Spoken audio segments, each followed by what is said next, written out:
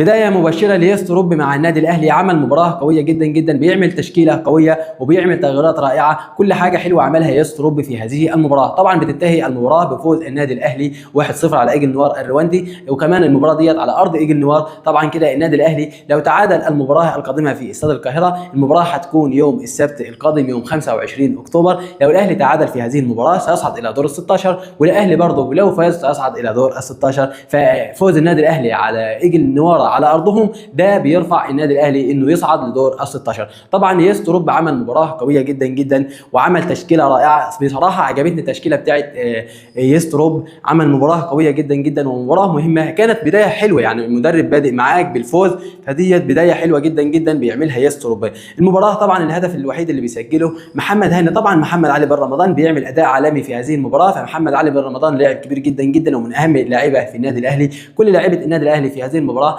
عملت اداء عالمي، وتريزيجيه وبن شرقي لاعيبه عملت اداء قوي جدا جدا. بن شرقي لاعب لمسات جميله يا جماعه، لمسات خد وهات خد وهات. الفريق ده مش عايز تلعب معاه غير لمسه واحده، يعني استلم خد وهات خد وهات. انما هتلعب معاه تراوغ او تعمل اي كلام من ده، اللعيبه بتخش عليك تكسر على طول. وبعدين دي لعيبه فارقه، لعيبه قويه جدا جدا، اللاعب هيخش يكسرك، فلازم تلعب لمسه واحده خد وهات. هتديني هديك، اللعيبه ديت مش هتطول. يعني النادي الاهلي الهجمه اللي لعبها لمسه واحده سجل فيها هدف اللي هو بيسجله محمد هاني. فاللعيبه ديت لعيبه قويه ولعبهم لعب جامد، فهم عايزين الكوره لمسه واحده عشان اللعيب ما يلحقكش، عشان مش يوعقك، فهي عايزه ايه؟ لمسه واحده. طبعا يستروب بيتعامل مع المباراه بشكل جيد جدا جدا رغم المطر اللي كان في هذه المباراه والطقس المختلف طبعا عن طقس القاهره عندنا في مصر. فيستروب عرف يتعامل مع هذه المباراه وبدا بدايه مهمه جدا جدا مع النادي الاهلي. يعني يستروب بيحط رجله اليومين دلوقتي في النادي الاهلي. طبعا محمد الشناوي حارس كبير جدا جدا. طبعا كل مره محمد الشناوي بيثبت تواجده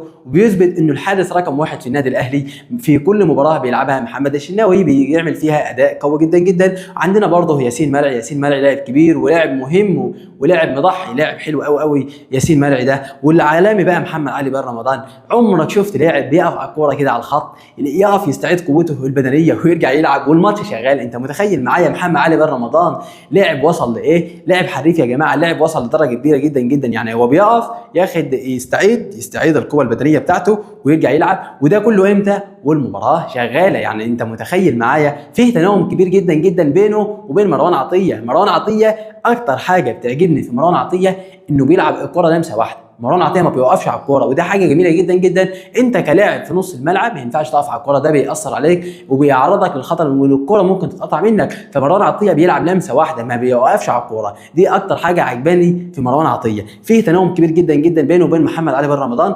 والحاجه الحلوه اللي المدرب ده عرف يصلحها، طبعا على طول ما كانش بيكون فيه تناغم بين نص الملعب بتاع النادي الاهلي وبين خط الدفاع. فيستروب عرف يعمل التناغم ده تاني بين محمد علي بن رمضان ومروان عطيه، عرف يخليهم يتعاملوا مع ياسين مرعي وياسر ابراهيم. وياسر ابراهيم ده ياسر رجوله، بيلعب بكل رجوله، لاعب كبير جدا جدا جدا ياسر ابراهيم ده. وياسين مرعي لاعب ناشئ، لاعب جميل، بالاخص ان ياسين مرعي لاعب لسه سنه صغير وبيعمل مباراه قويه جدا جدا. ومحمد هاني، انت بقى يا محمد هاني انت رجل عجيب، انت تغيب وتعود كما انت، تصاب وترجع كما انت، مهما غبت ومهما اصبت ترجع كما انت يا محمد هاني. فانت نجم النادي الاهلي الاول يا محمد هاني، انت لاعب كبير جدا جدا. فباك رايت عالمي محمد هاني ده، باك رايت الاول في النادي الاهلي والاول في منتخب مصر، ايضا اساسي في النادي الاهلي واساسي في منتخب مصر. فطبعا يستروب النهارده بيثبت تواجده في النادي الاهلي. يستروب مدرب كبير كده، المدرب يعني هو وضع رجله اليمين داخل النادي الاهلي النهارده في هذه المباراه. النادي الاهلي كده هيلعب الماتش الجاي اللي هو هيكون في مصر، هيكون ان شاء الله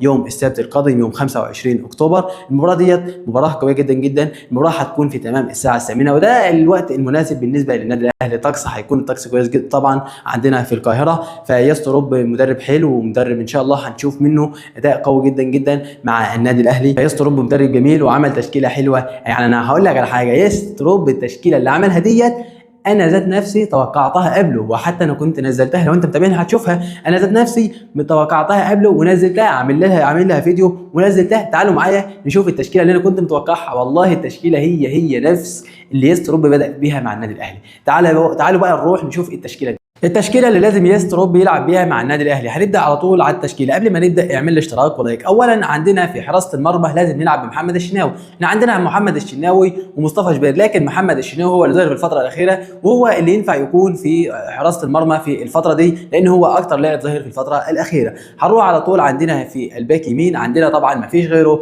الكابتن محمد هاني. محمد هاني بيقدم مستوى عالمي في الفتره الاخيره ديت مع النادي الاهلي ومع منتخب مصر، عامل اداء عالمي في منتخب مصر بسم الله ما شاء الله عليه محمد هاني. عندنا في الباك ليفت طبعا نظرا للاصابات اللي عند النادي الاهلي والغيابات اللي عند النادي الاهلي هنلاعب احمد نبيل كوكا، هو ده مش مركزه لكن هو هيأدي فيه بشكل كويس لحد ما نجيب باك ليفت او نلاعب اي باك ليفت عندنا تاني في النادي الاهلي. وبعد كده معانا ثنائي الدفاع، ثنائي الدفاع هيكون عندنا ياسين مرعي وياسر ابراهيم. بالنسبه لياسر ابراهيم فده ياسر رجوله، ياسر ابراهيم بيلعب بكل رجوله مع النادي الاهلي، ياسر ابراهيم بيقدم مستوى كبير جدا جدا مع النادي الاهلي، لاعب بيلعب برجوله، بيلعب بجديه، عايز يقدم اداء، عايز يفرض سيطرته في الدفاع. ياسين مرعي بسم الله ما شاء الله عليه ده هيكون مدافع الاهلي الاساسي. ياسين مرعي بالاخص اللي هو لسه سنه صغير فهو جاي مدافع قوي جدا جدا، هيلعب ومدافع جميل، مدافع بيثبت وجوده، ومدافع بيلعب على الكوره وجامد، مدافع قوي بيعرف يسيطر على اللعيبه وبيعرف يقطع الكوره، فهو مدافع كويس جدا جدا. ده بالنسبه لخط الدفاع. هنطير على طول على نص الملعب. عندنا في نص الملعب انا هلعب باثنين في نص الملعب. طب حد يقول لي ليه هتلعب باثنين في نص الملعب؟ هقول لك يستروب بيلعب بتشكيله هجوميه، يستروب بيحب الهجوم، بيلعب بشكل هجوم اكتر من الدفاع، مش شبه لعب الفرق المصريه. هنلعب في نص الملعب باثنين بس، هنلعب طبعا مروان عطيه بيعمل اداء عالمي جدا جدا في الفتره الاخيره دي، انت شفت اداؤه مع منتخب مصر وشفت اداؤه مع النادي الاهلي، فمروان عطيه لاعب كبير وبيعمل اداء عالمي مع النادي الاهلي ومنتخب مصر في الفتره الاخيره ديت، فعشان كده لازم يلعب اساسي. وطبعا عندنا الثاني العالمي محمد علي بن رمضان اللي بيثبت تواجده مع النادي الاهلي، لاعب كبير ولاعب بيعمل مستوى عالمي مع النادي الاهلي، فهو طبعا بيثبت تواجده مع النادي الاهلي. بعد كده بقى هنطير على خط الهجوم، طبعا هنلعب بالجهه اليمنى، عندنا احمد سيد زيزو نجم مصر، ده نجم مصر ونجم النادي الاهلي. احنا طبعا شفنا برضه اداؤه الاخير في منتخب مصر، شفت عامل ازاي، شفت اداء احمد سيد زيزو عامل ازاي مع منتخب مصر، لاعب عالمي يا جماعه والله. احمد سيد زيزو ده لاعب كبير جدا جدا وهو نجم النادي الاهلي ونجم منتخب مصر. وعندنا في الجهه اليسرى هيكون عندنا العالمي الواد المغربي اشرف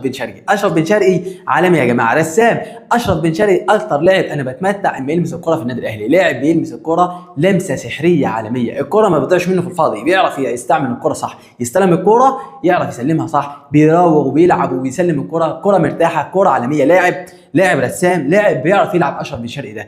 وبعد كده معانا تريزيجيه، محمود حسن تريزيجيه، الرجل اللي شايل هم النادي الاهلي على دماغه. محمود حسن تريزيجيه بما انه كابتن النادي الاهلي فهو شايل هم النادي الاهلي على دماغه، عايز يشتغل ضغط الفريق، لاعب بيلعب لعب جامد، لاعب محترف، لاعب عالمي. شفت اداء تريزيجيه مع منتخب مصر عامل ازاي، شفت اللاعب، شفت رجوله تريزيجيه، وشفت اداء تريزيجيه العالمي مع المنتخب ومع النادي الاهلي في الفتره الاخيره دي. تريزيجيه فاق، تريزيجيه قاعد بيلعب كوره صح، تريزيجيه لاعب مهاري ولاعب سريع ولاعب بيلعب بجديه وبيعرف يقدم كوره صح. وبعد كده الهجوم مفيش عندنا غيره المخيف محمد شريف. طبعا محمد شريف مش عاجب يستروب بيقول ازاي مهاجم للنادي الاهلي يلعب 5 مباريات ويسجل هدف واحد ويصنع اسيست واحد، ازاي ده هيكون مهاجم النادي الاهلي وهو بيلعب بالطريقه دي؟